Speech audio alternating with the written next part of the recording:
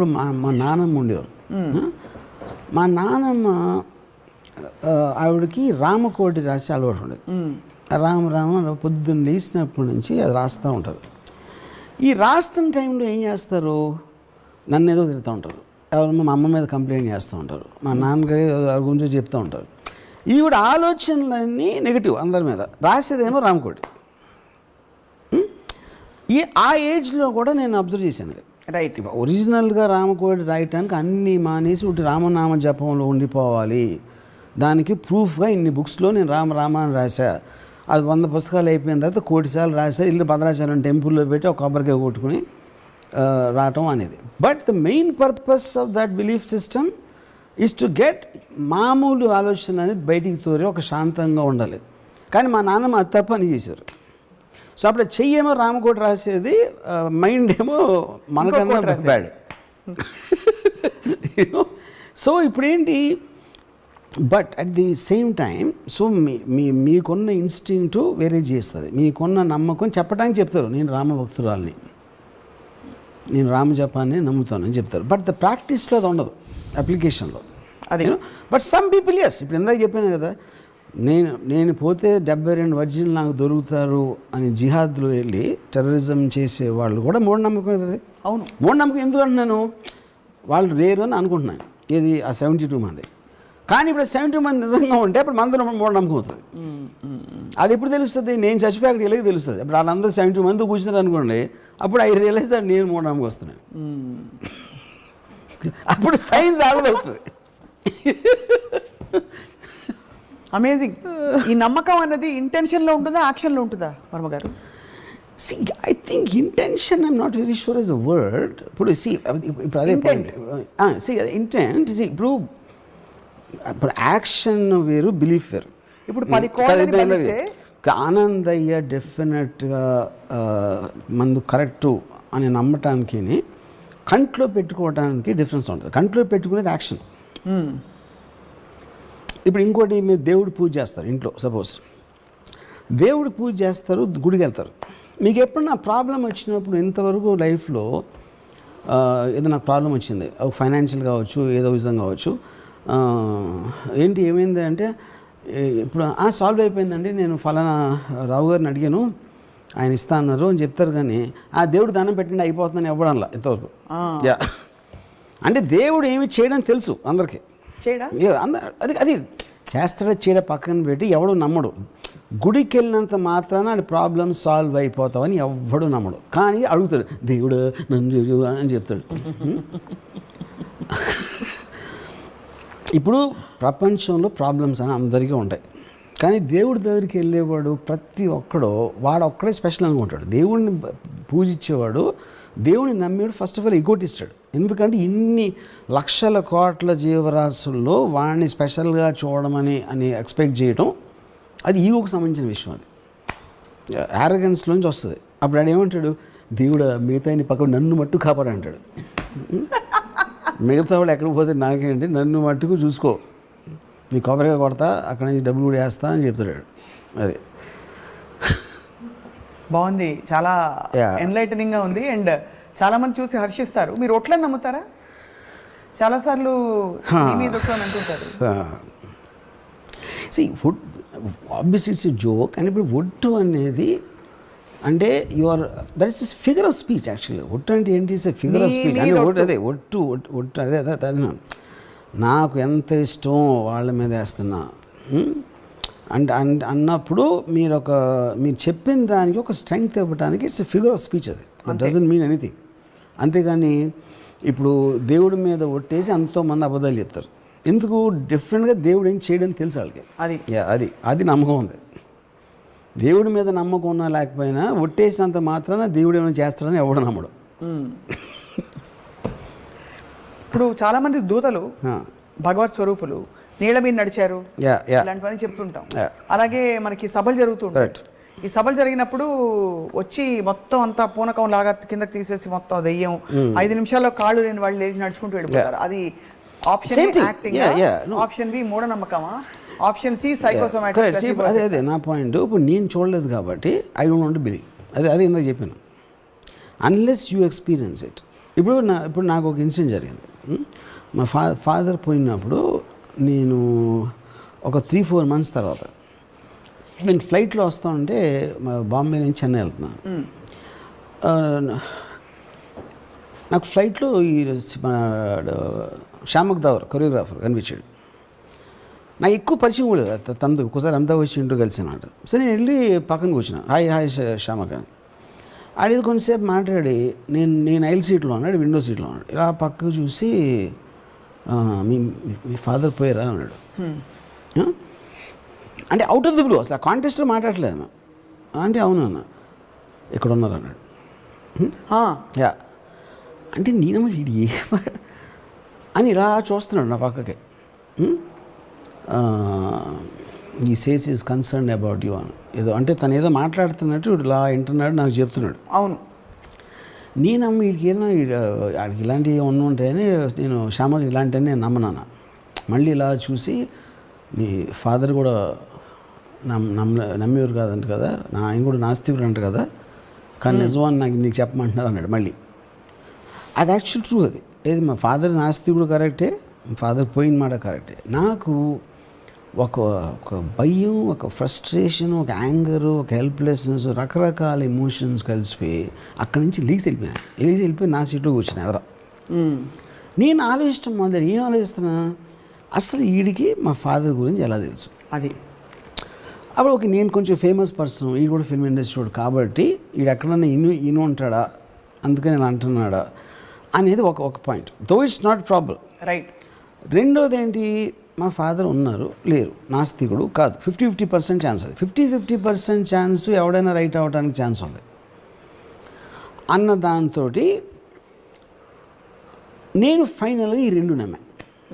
ఈడేదో chance తీసుకున్నాడు, లేకపోతే ఎవడో వీడికి చెప్పాడు, అది నేను సెటిల్ అయిపోయాను. ఎందుకంటే నాకు కన్వీనియంట్ అది. కానీ ఒకవేళ వాడు నాకు మా ఫాదర్కి మాత్రమే తెలిసిన 1-2 విషయాలు అప్పుడు చెప్పాడు అనుకోండి, నేను నెక్స్ట్ తిరుపతి కదా, నేను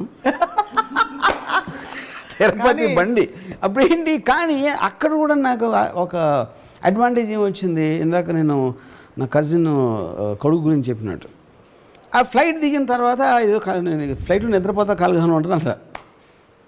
ఎందుకంటే నేను నమ్మటానికి నేను ఏదో ఒక రీజన్ పట్టుకుంటాను. అప్పుడప్పుడు జరిగితే కంటిన్యూస్గా జరిగినప్పుడు ఇట్స్ వెరీ వెరీ డిఫికల్ట్. మీరు ఎందుకు అడగలేదు ఇంకా, ఇది నాకు మా నాన్నకి తెలిసిన విషయాలు చెప్పని, అంటే ఆ క్యూరియాసిటీ ఆ టైంలో I was so very disturbed actually. అప్పుడేంటి, మీ నమ్మకం అనేది ఎప్పుడు గోడ మీద ఉంది. అవును, ఎక్కడి నుంచి పుష్ వస్తుందో తెలీదు. ఇది కొంచెం స్ట్రాంగ్ వచ్చిందంటే అటు పడతారు, అటు కొంచెం స్ట్రాంగ్ వచ్చిందంటే ఇటు పడతారు. కాబట్టి పడకూడదని మీరు నేను రైలింగ్ పట్టుకుని నేను ఫైట్ చేస్తున్నా. ఇది ఉన్నప్పుడు అంటే నా కన్వీనియంట్ కానీ బిలీఫ్ ఉన్నప్పుడు నా ఇష్టం వచ్చిన లాజిక్ ఈ టైప్ చూస్తా, లేకపోతే ఈ టైప్ చూస్తా. మన క్లాసిఫికేషన్లో మీరు చెప్పిన క్లాసిఫికేషన్లో ఇది నమ్మకం కాదు, మూఢనమ్మకం కాదు, సూపర్ న్యాచురల్. అవునా? Super natural is nothing but what naturally cannot be explain. ఇదంతే కదా. అదే సేమ్. బికాస్ మూఢనమ్మకం అయితే సపోజ్ హీ సెడ్ దట్ మీరు ఫలానా కోయంబత్తూరుకి వెళ్ళి అక్కడ ఏదో కొండ ఉంది, ఆ కొండ చుట్టూ 36 ప్రదక్షిణాలు 36 మైళ్ళు నడవాలి అని మీరు చేస్తుంటే అది మూఢనమ్మకం అయ్యేది. అప్పటి నుంచి మీరు కోయంబత్తూరు, తిరుపతి అయిపోయి ఉంటే అది మూఢనమ్మకం కదా. సో ఇప్పుడు ఏంటంటే అదే ఇప్పుడు ఇక్కడ ప్రాబ్లం ఏంటి, ఊరికనే అంటానికి మీకేమి పోదు, నమ్మినంత మాత్రాన మీకేం నష్టం రాదు, ఎవరికి నష్టం రాదు అనుకున్నప్పుడు it doesn't make a difference. Correct. నమ్మినప్పుడు మీకు కానీ వేరే వాళ్ళు కానీ విపరీతమైన నష్టం వచ్చినప్పుడు that comes very close to the so called definition of మూఢనమ్మకం. అండ్ ఇక్కడ ప్రాణాలు పోవడం. ఇంకోటి ఇప్పుడు మీరు పోయిన తర్వాత మీ కాన్షియస్నెస్ ఉంటుందా లేదా అని తెలియదు. ఏమో కరెక్ట్. ఇప్పుడు అందుకని నేను ఏమన్నాను, ఇప్పుడు ఫర్ ఎగ్జాంపుల్ సంబడి లైక్ ఇప్పుడు జయసుద్ గారు ఉన్నారు, అప్పుడు Christianity, she's in to Christianity. Mohan Babu గారు యేసు గారు సారీ షిర్దీ సాయిబాబా, లేకపోతే బాలాజీ. అవి మోహన్ బాబు గారితో అన్న సరే మీరు గంటకు ఒకసారి బాబా శిష్యులు అంటారు, ఇదంటారు అదంటారు, మీరు పోయి పైకి వెళ్ళినప్పుడు అక్కడ ఉంటే అల్లం అంటే మీ పరిస్థితి ఏంటన్నా, ఏం క్లోజప్ ఉంటుంది, అప్పుడు వచ్చి మీరు క్లోజప్ చేస్తానని చెప్పాను. ఎందుకంటే తెలీదు ఎవరికి కూడా, మనం ప్రాక్టీస్ చేస్తున్నాం. హిందూయిజము, క్రిస్టియానిటీ, ఇది బుద్ధిజం అన్నీ చేసాం. లంబాడి వాళ్ళకి ఎవరి దేవుడు నాకు తెలీదు. వీళ్ళందరూ ఎవరి దేవుళ్ళు నాని చేస్తున్నప్పుడు వీళ్ళందరికీ సంబంధించిన స్వర్గాలు ఉంటాయా, ఒకటే ఉంటుందా అక్కడ తెలియదు. అది తెలియదు. అది తెలియదు కదా. ఐ థింక్ ఎవరి బిలీఫ్ వాళ్ళది, ఎవరి నమ్మకం. మనం అందరం ఇంద్రుడు గింద్రుడు ఉంటారని మనం అనుకుంటాం. వాళ్ళు ఏదో అనుకుంటున్నారు, ఇంకోళ్ళు ఎవరు ఏదో అనుకుంటున్నారు. జన్నత్ అని వాళ్ళు అనుకుంటున్నారు. పైకి వెళ్ళినోడు మళ్ళీ కిందకి రారు. మనకి చెప్పడం అక్కడ ఒకటే ఉంది చూసుకోండి అని వాళ్ళు చెప్పడానికి ఎవడు రాడు. మళ్ళీ నాకు లేదు. సో బేసిక్గా అది పాయింట్. అందుకని నేను అందరితో బాగుంటా, అందరితో. ఎందుకంటే ఎవరు ఉంటారో తెలియదు కాబట్టి అన్ని పార్టీల్లోనే ఒక చెయ్యేసి అంటే కృష్ణుడికి గోపాలుడికి నేను ఒకవేళ నేను పోయే ముందు నాకు 5 minutes ముందు తెలిస్తే నేను అందరి దేవుడిని పూజ చేస్తాను. అందరి దేవుడిని పూజిస్తాను. ఎందుకంటే ఎవరు ఉంటారో తెలియదు కాబట్టి చేసి రిజర్వ్ చేసుకుంటారు పైన సీట్ ఒకవేళ. ఎందుకంటే అదే కదా ప్రాబ్లం. ఇప్పుడు ఇన్ని సంవత్సరాలు నేను బతుకున్నంత కాలం దేవుడిని నమ్మకుండా నేను పైకి వెళ్ళిన తర్వాత వెంకటేశ్వర స్వామి అనుకోండి డ్యాంగ్ అని, అప్పుడు నా మమ్మీ గారి పరిస్థితి కదా అది కూడా. అర్రే అనుకుని మళ్ళీ వెనక్కి పరిగెత్తి మళ్ళీ ఇంకొకసారి లైఫ్ బతకడానికి ఛాన్స్ ఇవ్వండి, నన్ను తిరుపతిలో పుట్టించిందని కోరుకోవాలి. అప్పుడు ప్రహ్లాదుడి గురించి మీ నమ్మకం ఏంటి, మీ ఒపీనియన్ ఏంటి? ప్రహ్లాదుడు basically I think is the worst son ever born in history. ఎందుకంటే ఫాదర్ డ్రాన్ చేసాడు. మీరు ఎలాగో ఫాదర్ పుట్టించి పెంచి అన్నీ చేస్తే ఈయన ఎగస్ పార్టీకి వెళ్ళి ఓటేస్తే ఇంకేంటి పాయింట్? ప్రహ్లాదుడు దైవ స్వరూపుడు, స్వరూపుడు. ఇప్పుడు నేను మీరు ఫాదర్ సన్ గురించి అడిగారు చెప్పాను. ఫాదర్ సన్ మీరు తీసేస్తే ఈజ్ వన్ మోర్ భక్తుడు. ఏంటి పెద్ద విషయం దాంట్లో? అంతే. ఎన్నో లక్షల భక్తుల్లో ఒకడు. తండ్రికి ద్రోహం చేసిన భక్తుడు అదొకటే నా కేటగిరీ ప్రహ్లాదుడు. కానీ ప్రహ్లాదుడికి జరిగిన సంఘటనలు నమ్ముతారా? చదివారా? ఇప్పుడు ఏమైనా సినిమా చూసారా? Not real. ఏనుగుతో తొక్కిచ్చారు, అవి తెలుసు. నిప్పులో పడేశారు, అన్ని ఏం చేసినా కూడా ఏం అవ్వలేదు. విష్ణుమూర్తి కరెక్ట్గా టైం. ఇవన్నీ కూడా ఇవన్నీ మేము సినిమాలు తీసినప్పుడు కమర్షియల్స్ చేస్తాం కదా, దైవభక్తి పెంచడానికి చేసిన కమర్షియల్స్ ఇవన్నీ ప్రమోస్. అంతేగాని అంతకంటే ఏం లేదంట. ఏముంటుంది అంతకన్నా? అందుకని చెప్తున్నా, ఇన్ని కథలు చెప్పారు కాబట్టే హిందూయిజం బిలీఫ్లో డిగ్రీ ఇంత ఇంటెన్సిటీ తగ్గడానికి ఇది కారణం. ఇలాంటి వింత కథలు ఉట్టి మన రిలీజన్లో ఉంటాయి. అది ఫోకస్ ఆఫ్ ఆస్పెక్ట్. ఎందుకు మీరు ఒక శక్తిని పూజించాలి అనే దాని ఫోకస్ పక్కన పడేసి ఈ పెట్ట కథల్లో ఉంటాం మనం ఎంతసేపు. అది అంటే ద లార్జ్నెస్ మొత్తం అంతా కూడా లార్జ్నెస్ స్మాల్ చేసి మనం హ్యూమనైజ్ చేస్తున్నాం దాన్ని. అప్పుడేంటి వినాయకుడు, ఇప్పుడేంటి ఇప్పుడు ఎవరు దూరంగా ఎంత తొందరగా ప్రపంచం చుట్టూ వస్తారు అంటే వినాయకుడేమో మదర్ చుట్టూ పరిగెట్టి అంతకన్నా మ్యానిపులేషన్ ఉంటుంది ఎప్పుడైనా? అది ఇప్పుడు ఆబ్వియస్లీ తను పట్టేసుకున్నాడు కాబట్టి తను పరిగెత్తలేడు. సో ప్రహ్లాదుడు పర్ఫెక్ట్గా ఉంటే నిజంగా పరిగెట్టి వస్తే మ్యానిపులేషన్ తోటి అది అంతకన్నా మీరు వ్యత్యాసం ఎలా ఉంటుంది? మదర్కి అంతకన్నా వ్యత్యాసం ఎలా చూపెడతారని చెప్పండి.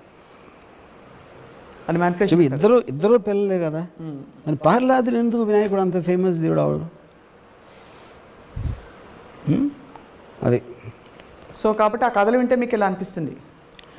అనిపించడం కాదు, ఐ ఫీల్ అలాంటి కథలు 100,000 చేసేసి they diffuse the impact of the religion, of the god and the impact of the very idea of religion. And we have yet another highest philosophy. Hinduism గురించి మాట్లాడతారు కాబట్టి నేనే దేవుణ్ణి. ఓకే, నేనే దేవుణ్ణి ఆల్మోస్ట్ ఈస్టర్న్ కానీ గ్రీక్ టైంలో కానీ ఈవెన్ చైనీస్ ఫిలాసఫీలో more or less similar thing. అంటే that is a very obvious thing to reach. Size of the universe, how small you are అని చెప్పేది ఎనీ సొసైటీలో ఎనీ కైండ్ ఆఫ్ సివిలైజేషన్లో ఫండమెంటల్గా వచ్చింది ఎప్పుడైనా సరే. ఇప్పుడున్న పరిస్థితుల్లో మరి మూఢనమ్మకాలు బాగా డామినేట్ చేస్తున్న టైంలో మీరు ఆనందయ్య మందుని మీరు వేసుకుంటారా? అవసరం ఉంటే వేసుకోరు. ఎందుకు? For the same reason, I want to question on some kind. ఇప్పుడు నాకు ఫర్ ఎగ్జాంపుల్ ఇప్పుడు అలోపతి మెడిసిన్ ఉందనుకోండి, why did it become famous? ఇప్పుడు యాక్చువల్గా మెడిసిన్ స్టార్ట్ అయ్యింది వరల్డ్ హిస్టరీలో obviously it will be from Anandaiah kind of people. ఎందుకంటే అప్పుడు మనకి ఏమి లేవు కాబట్టి.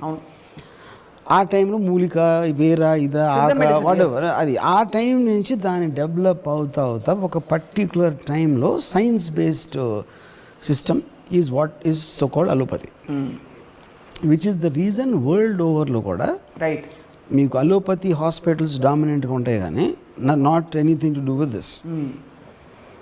ఓకే, అప్పుడు మీరు ఇప్పుడు మీ మదర్కి లేకపోతే మీ ఇంట్లో ఫాదర్కో లేకపోతే ఎవరికో వచ్చినప్పుడు మీరు న్యూయార్క్లో స్లోన్ కేటరింగ్కి వెళ్తారు, డబ్బులు ఉంటాయి ఒకవేళ. అపోలో హాస్పిటల్కి ఎందుకు వెళ్తారు? అవును, ఎక్కడ most sophisticated I mean equipment ఉంది. Sophisticated equipment is about science, right?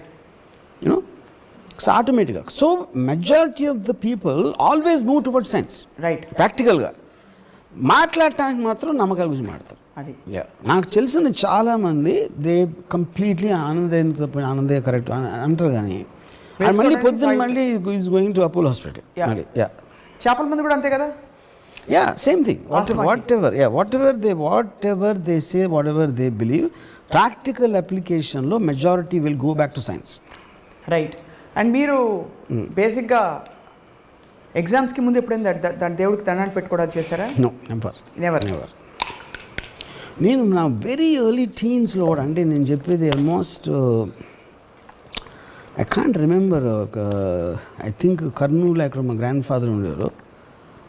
ఆ టైంలో కూడా నేను ఒక ఎంతో I use to have a look of, అంటే లుకింగ్ డౌన్ అపాన్ భక్తులు.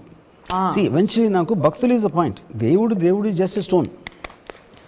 ఈ చుట్టూ ఉన్న భక్తుల మీద ఐ నెవర్ హ్యాడ్, అది నాకు భక్తుల మీద నాకు అసలు ఇంప్రెషన్ పోవటానికి మెయిన్ కారణం మా నాన్నమ్మ.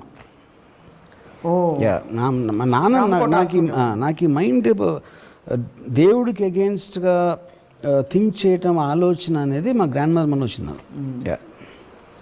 సో ఇప్పుడున్న పరిస్థితుల్లో మీరు హేతువాదులు, నమ్మకస్తులు కాదు, నమ్మేవాళ్ళు. నమ్మకస్తులు అంటే basically trustworthy, the trusting people, the believers, non believers. Most dangerous ఎవరు, మోస్ట్ సేఫ్ ఎవరు?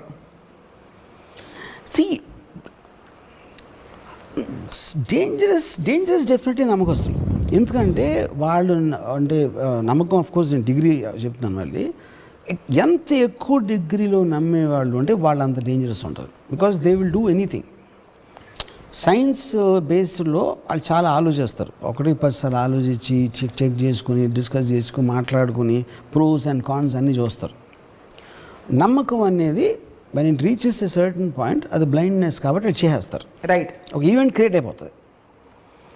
ఆ ఈవెంట్లోంచి chances are something very bad will happen, which you see all the time. Right.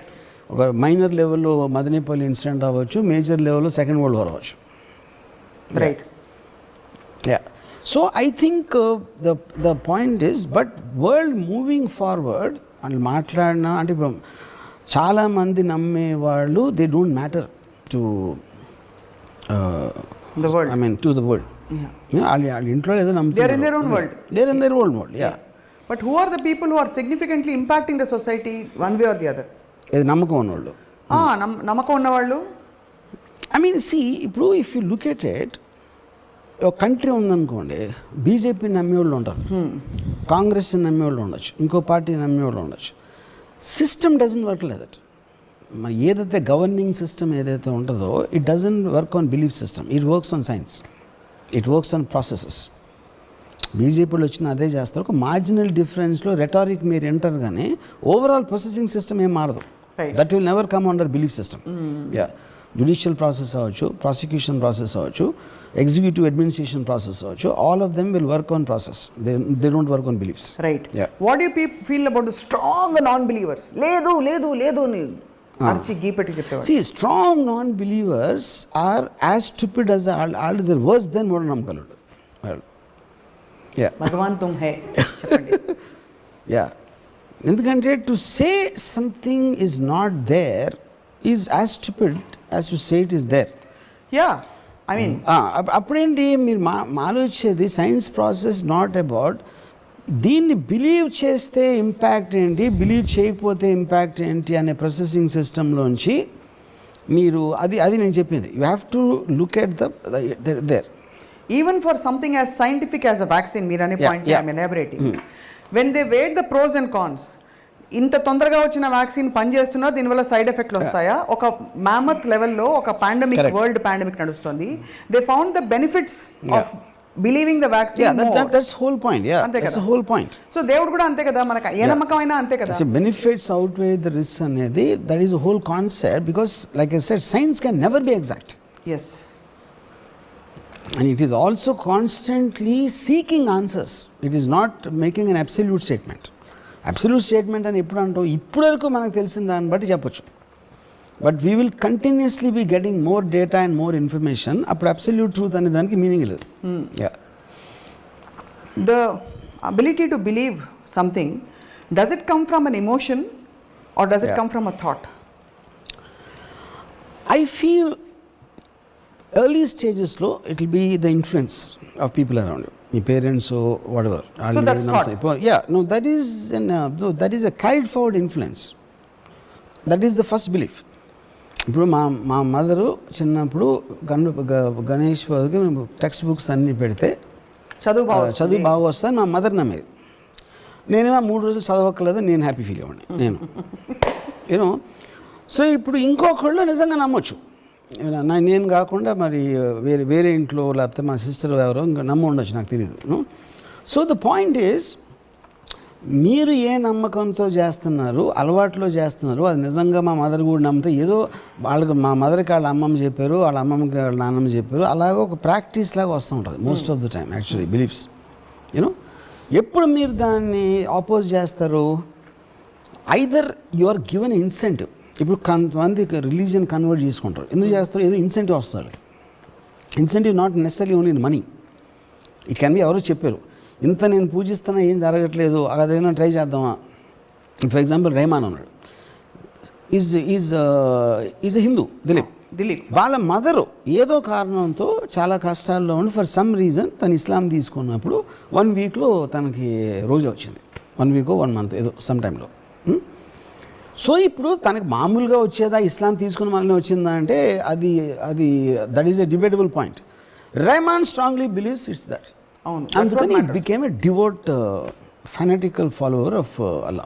కానీ ఇప్పుడు ఇక్కడ అంటే మనం ప్రముఖుల పేర్లు తీసుకుని ఎగ్జాంపుల్ ఎక్స్టెండ్ చేయొచ్చా నాకు తెలియదు, కానీ ఇప్పుడు ఒక భక్తుడిని చూసి, ఏ రిలీజన్ అయినా పర్లేదు, ఒక భక్తుడిని చూసి అతను చేసిన పనిని, చర్యని చూసి అది నమ్మి ఒక 100 మంది సమూహం చేస్తే, is that dangerous to society or not sir? ఎలాగా? A made his faith total and complete and made an alteration in his life.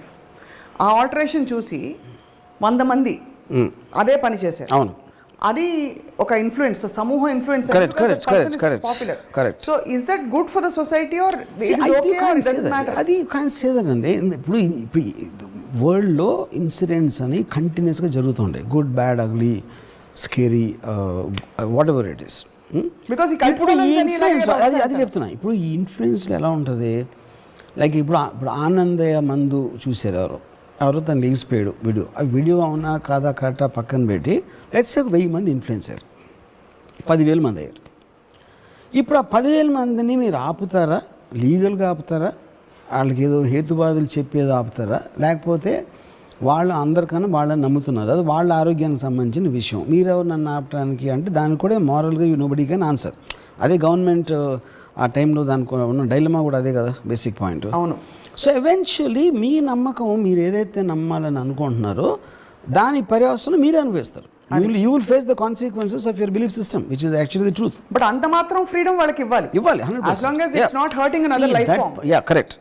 That particular person's life. అంటే ఇప్పుడు ఫర్ ఎగ్జాంపుల్ నాకు ఎవరో చెప్పారు,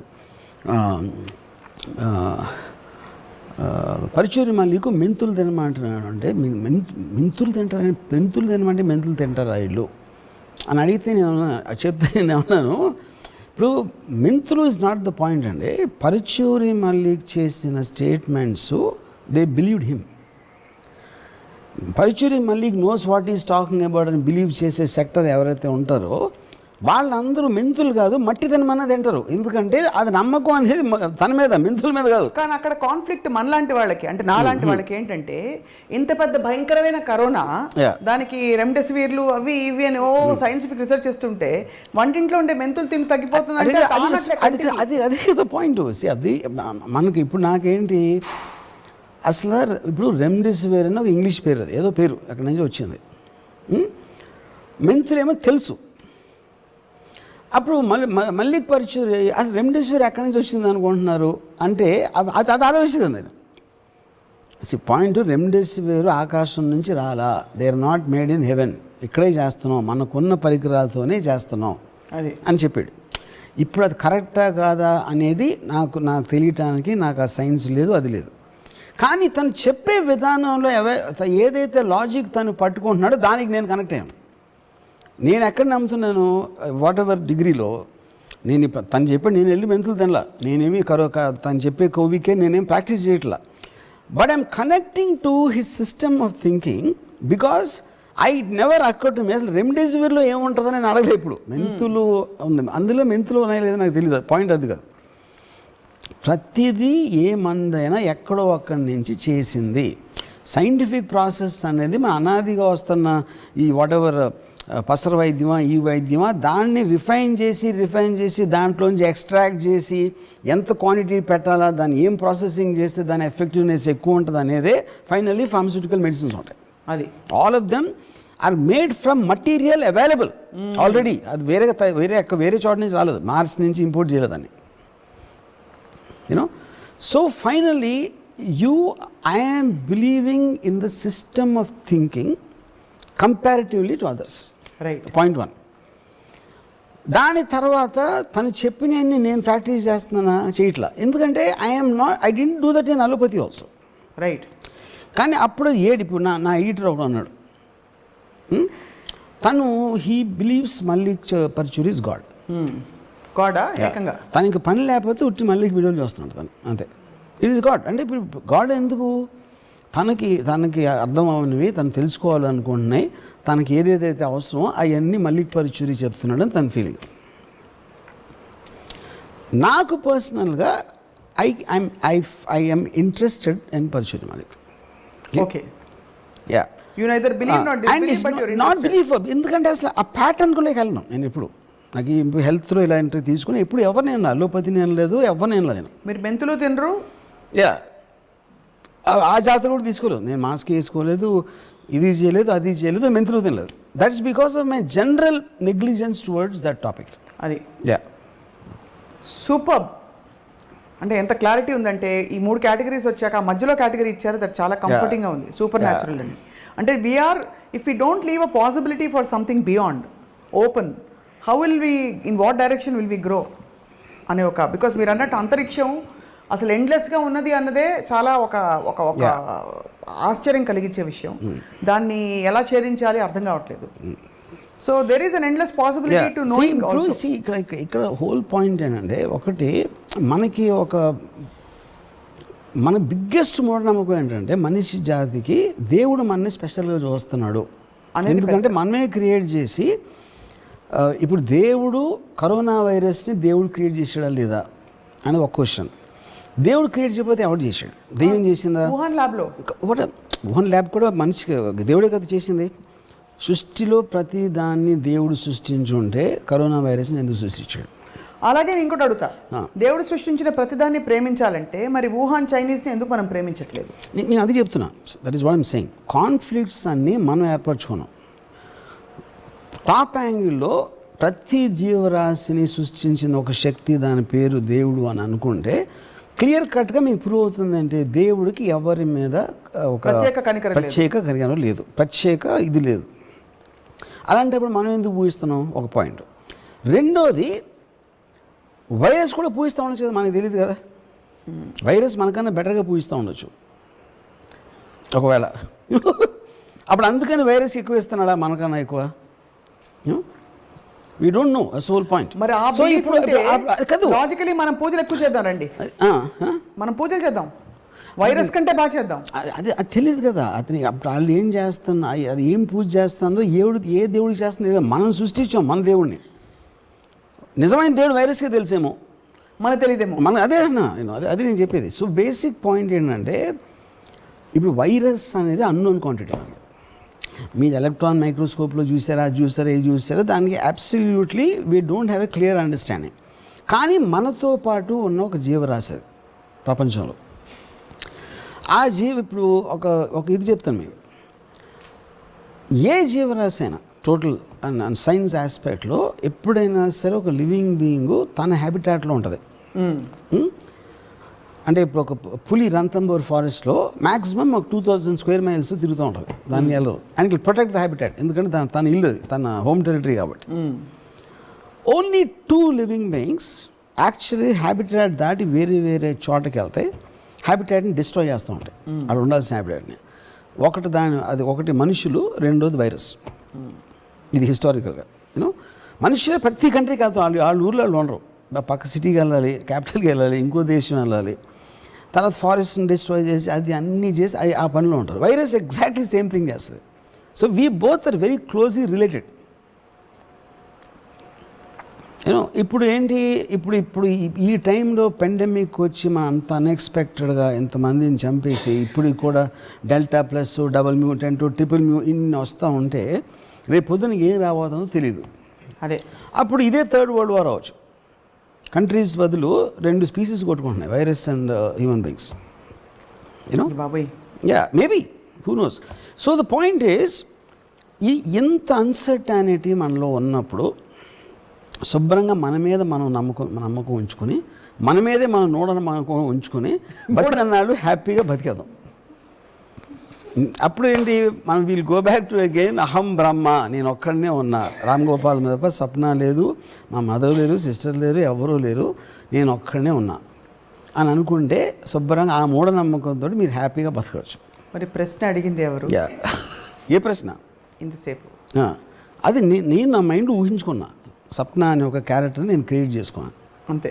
క్రియేట్ చేసుకుని నన్ను ఎదుర్కొని నాకు నేనే ఆన్సర్ చెప్పు. The world is an extension of my own thoughts. Yes. The world is just an imagination of me that it exists. Brilliantly put, sir.